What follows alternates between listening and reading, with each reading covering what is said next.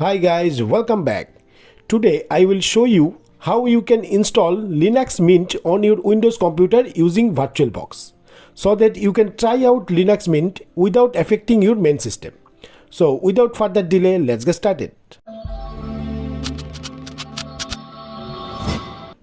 Alright, let's start by downloading and installing VirtualBox. If you have not used it before, VirtualBox is a free tool that lets you run other operating system in a virtual machine. So open your web browser and here you need to search for VirtualBox and go to the official VirtualBox website. Here you need to click on the download, and if you scroll down you will see the latest VirtualBox version, which is 7.1.4 platform package. And here you will see different options like Windows, Mac OS and Linux. You need to click on Windows host to download the installer for Windows PC only, okay? And immediately the download gets started.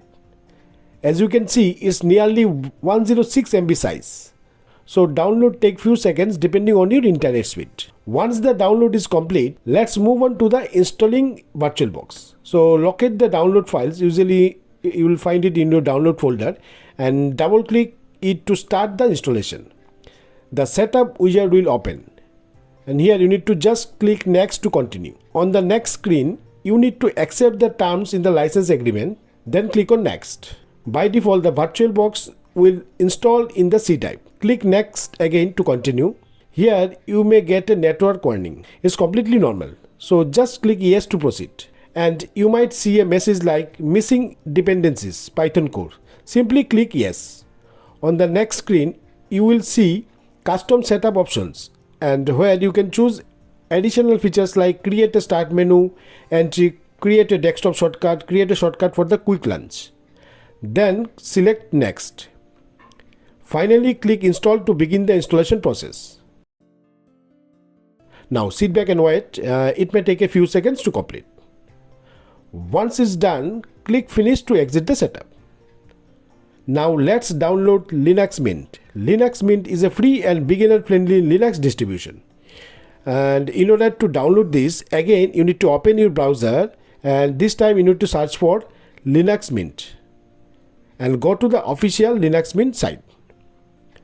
On the home page, you will see the download option. Click it and choose the latest version of LinuxMint. But I recommended choose Cinnamon for a beginner-friendly experience. So click on download here. You will be taken to a page with various mirrors. That means download location, okay. Select one closest to you for faster download speed. And downloading the ISO file is started. As you can see, it's around 2.7 GB of size. Since I already have the ISO downloaded, so I'm going to cancel this download now. But you should let it finish. It may take a few minutes depending on your internet speed, okay. After downloaded, you will get a LinuxMint ISO file like this. Now that we have both VirtualBox and the LinuxMint ISO, now it's time to create a virtual machine.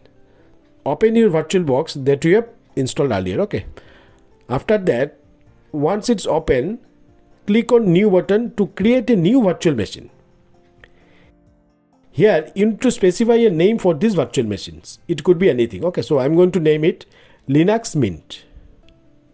In the ISO image field, you need to browse the LinuxMint ISO file that we have downloaded earlier. Check the box skip unattended installation.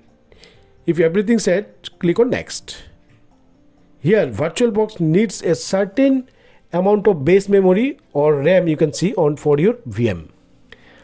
You can adjust this based on your system available memory. A minimum 2 GB is recommended, but 4 GB or more will provide better performance. And the same way, increase the processor count to a minimum of 2. After that, press next to proceed. In the virtual hard disk menu, choose create a virtual hard disk now. Here you need to specify the disk capacity, means you need to specify the amount of hard disk space the virtual machines can use. So I'm going to make it 50 GB. According to your system specification, you can reduce or increase the space, okay. Then click on next to move to the final summary screen. Here you can review the settings for your virtual machine. After that, click finish to create the VM. Now in the left pane, you will see your LinuxMint should be ready. Before starting the VM and beginning the installation process, we need to make some configure in the settings to make it suitable for LinuxMint. Okay. So to do the same, click on the settings icon. Under General tab, check all your basic setup. And the version should be Ubuntu 64 from the list, as there is no LinuxMint option here. After that comes to the display options. Set the video memory increase to 128 MB. Finally, press OK to save your virtual machine settings and it will return to the main window. With everything set up, it's time to start the VM and install LinuxMint. So for that, click on the Start button. Once LinuxMint loads, you will see the option to start LinuxMint. You need to press Enter on the keyboard. Here, you need to wait while the LinuxMint system boots up. Once the LinuxMint page loads, you will now have the option to try it out first to get a feel for the system. But I am going to click on Install LinuxMint to start the installation process, which will open the installation wizard. In the welcome screen, choose your preferred language and click Continue. Then select your keyboard layout and click Continue. Here you will be asked if you want to install multimedia codec. This is optional but recommended for full media compatibility. So check the box and click Continue. And here choose Erase Disks and install LinuxMint. But don't worry, this only applies to the VirtualBox you created. So it won't affect your main Windows installation. After that, click on Install Now. Then click on Continue. Now select your place of residence on the map and click Continue. Now you will be prompted to create a username and password for the LinuxMint. So type the name of your virtual computer and you need to set a strong root password for the same. And also retype the password for confirmation. Once done, click on Continue. You need to wait while the LinuxMint operating system is being installed on the virtual machine.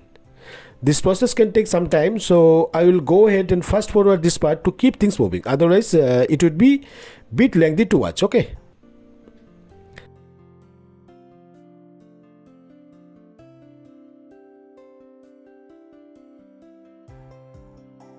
Finally, the installation is complete and it will prompt you to restart.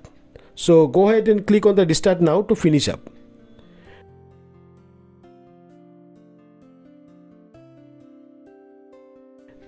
During the reboot, you may see a message saying, please remove the installation medium, then press Enter. So simply press Enter on the keyboard to proceed. Once the system restarts, you will be prompted to enter your root password, the password you created during setup. Okay. So type your password here and hit Enter to log in and access the LinuxMint desktop. You can now review some helpful information about the LinuxMint system in the Welcome window. Now you will notice that if I try to drag the window, it does not expand to full screen. See, this is because we have not added VirtualBox Guest Addition yet.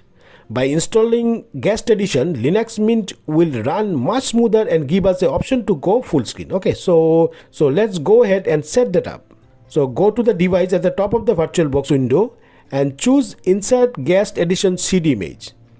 Then click on Run to start the installation from the VBox Guest Addition 7.1.4 media. And here you need to type your password. After that, click on Authenticate. The installer will run in the terminal. Once finished, press Enter and restart your system. You can now check the full screen resolution. So click on View, then Full Screen Mode in VirtualBox. Then click on Switch and LinuxMint should now fill your entire screen. Okay, so to power off your LinuxMint virtual machine, click on the menu button in the bottom left corner, then choose Quit from the option. Now click Shutdown to power off the virtual machine. Okay, and that's it. You now have LinuxMint installed and running in VirtualBox. I hope this video was easy to follow. If you found this video helpful, please give it a thumbs up, subscribe for more tech tutorials. Thanks for watching and I will see you in the next video.